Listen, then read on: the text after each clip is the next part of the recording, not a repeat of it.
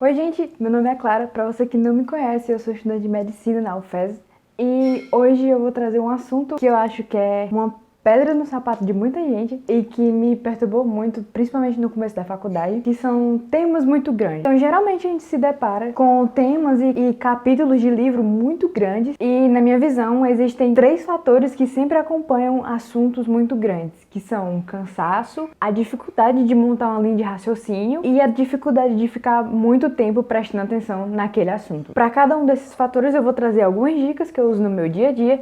Mas antes eu queria falar, pra você se inscrever no canal, eu já postei algumas dicas sobre estudo, vou postar mais. Então pra você não perder nada, ativa o sininho, dá um like pra que esse canal cresça mais ainda e chegue mais pessoas. E sem mais enrolações, vamos lá. Eu acho que um grande problema de assuntos grandes, principalmente na faculdade, é que a gente não tem tempo de ficar revendo eles, né? A gente não tem tempo de ficar relendo. Eu acho que eu não sofri tanto com isso no cursinho, nem no ensino médio, porque assuntos grandes, principalmente história e geografia, estavam sendo sempre revistos. Eu passei 2 anos no cursinho e o que eu vi no meu terceiro ano, eu vi mais 2 vezes, então ficar sempre em contato com um assunto muito grande em alguma hora vai entrar na sua cabeça. É que nem aquele ditado, água mole em pedra dura, tanto bate até que foi. Mas na faculdade isso não acontece. Na medicina, eu sei que em outros cursos também, assuntos muito grandes a gente só vai ver uma vez e olhe lá. E sempre acontece de você nem acabou de estudar aquele assunto que é bastante grande e surgir outro, e aí vira uma bola de neve de assuntos muito grandes e é uma confusão. E além disso, quando a gente está estudando um capítulo muito grande, é muito fácil se desesperar com o tanto de páginas que a gente tem para ler. E inclusive é desanimador. Então o que eu passei a fazer foi, quando eu via um assunto que tinha, sei lá, 100 páginas, eu tentava não pensar que eu precisava estudar 100 páginas, mas que na verdade eu precisava estudar 5 blocos de 20 páginas. E isso ajudava a quebrar a barreira de começar a estudar e também me ajudava a me focar mais, porque eu não precisava estar sempre pensando, meu Deus, faltam 90 páginas para ler. Eu acabava meus blocos de 20 páginas, dava um intervalo e depois voltava. E é falando disso que a gente começa a discutir um pouquinho sobre tempo de concentração. Como eu falei em outro vídeo que tá aqui em cima, geralmente a gente não consegue se concentrar por muito tempo. Existem estudos que mostram que a nossa atenção vai diminuindo depois de 25 minutos. E isso é um problema muito grande, porque se você tá tentando estudar uma coisa que é grande, você vai passar mais tempo estudando. Você vai passar mais tempo lendo, então você precisa passar mais tempo concentrado. Eu sofria muito com isso no cursinho, mas quando eu entrei na faculdade, eu conheci o Pomodoro com alguns colegas. Inclusive, eu já falei sobre esse método em outro vídeo. Vou deixar aqui em cima. Mas o que eu queria falar agora é sobre o Forest. O Forest é um aplicativo muito legal que usa o Pomodoro num tipo de game, em que, se você conseguir cumprir os seus 25 minutos de foco de trabalho, ou então outro tempo que você predeterminou ali para estudar, você vai plantando arvorezinhas. E aí toda vez que você desiste de estudar, que você sai daquela sua zona de trabalho de estudo, você mata a sua árvore. Então é muito legal, porque você tem uma motivação a mais para terminar o seu tempo ali de foco. O Forest tem uma extensão pro Google Chrome, eu uso muito pouco a do celular, e nessa extensão do Chrome, ele tem uma funçãozinha chamada Blocklist. Quando você ativa o modo Blocklist, o Forest impede que você saia e comece a abrir sites que são possíveis distratores, como o YouTube. Então, sei lá, você tá lendo um PDF, você vai lá e abre o Google, ativa o reloginho do Forest, mas depois de 5 minutos você quer abrir o YouTube. Ele não deixa você abrir, ele bloqueia a sua tela. E eu acho isso muito bom, porque é uma motivação a mais pra gente ficar concentrado. Mas depois que eu passei essa barreira de concentração,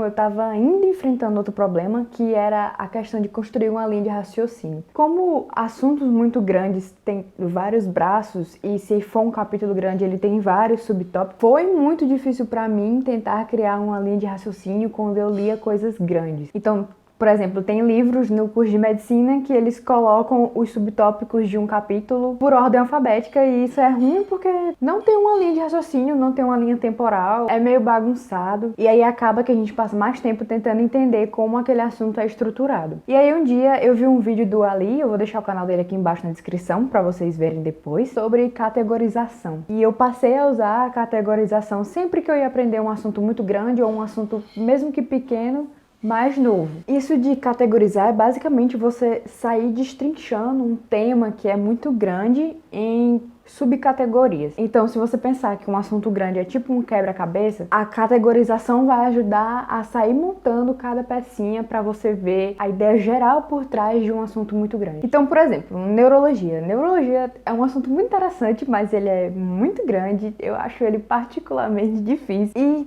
a neurologia tem várias ramificações. Então, por exemplo, se eu pesquiso antes de começar a estudar tudo sobre neuro, como essa matéria se divide, eu sei que ela vai ter braços como as doenças neuromusculares, os distúrbios de movimento, as doenças cognitivas e comportamentais e por aí vai. Então, por exemplo, eu nunca ouvi falar sobre Alzheimer. A única dica que eu tenho sobre Alzheimer é que é uma doença na qual as pessoas vão perdendo memória e se esquecendo de nomes, de familiares, de lugares e por aí vai. Então, eu só preciso dessa dica para pelo menos supor que o Alzheimer é uma doença que se encaixa na categoria de doenças cognitivas e comportamentais, e essa categoria está dentro de neurologia. Então, eu suponho que o Alzheimer é uma doença neurológica. Eu não sei se ficou claro, mas é basicamente essa a ideia. Sair destrinchando assunto por assunto, entender qual é a ideia geral, e aí quando você se deparar com uma coisa mais específica, você conseguir encaixar esse detalhe em categorias maiores e assim ir construindo uma linha de raciocínio mais facilmente. E para fazer isso usando especificamente capítulos grandes, eu passei a usar um método chamado SQ3R, que é uma sigla em inglês para Survey, Question, Recite, Review e Repeat, que é basicamente pesquisar, questionar, recitar, revisar e repetir. Eu vou fazer um vídeo sobre isso depois, mas eu queria que agora a gente só focasse nas duas primeiras letras dessa sigla, pesquisar e questionar. A ideia desse método é que você, antes de ler qualquer coisa, primeiro dê uma olhada no capítulo para ver como ele se estrutura, para ver quantas páginas tem, para ver quais são os tópicos, para você saber o que esperar mais do que o número de páginas. E aí, depois de pesquisar, você vai questionar. Questionar seria a mesma coisa que traçar objetivos de aprendizagem. Então, basicamente, depois que você pesquisou aquele capítulo ali, o que você acha que você vai precisar aprender? Isso é uma coisa que a gente faz muito na medicina, na UFESA, com os objetivos de aprendizagem dos grupos tutoriais, mas é uma coisa que você pode fazer para tudo, em qualquer lugar, em qualquer assunto, sempre se questionando o que você precisa saber, para que enquanto você for lendo, o seu cérebro vá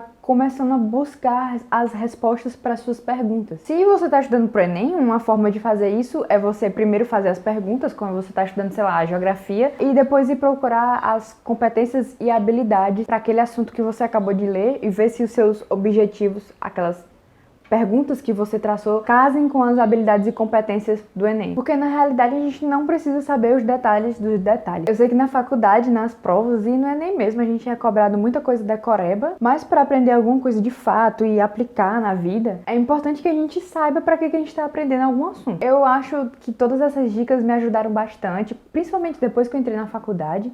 Eu, inclusive, queria ter descoberto elas antes, quando eu ainda estava no cursinho. E eu falo mais sobre essas questões de produtividade e outros métodos de estudo nessa playlist aqui em cima. Se você gostou desse vídeo, deixa o seu comentário falando sobre como você lida com assuntos muito grandes, seja na escola ou na faculdade. E a gente se vê no próximo vídeo.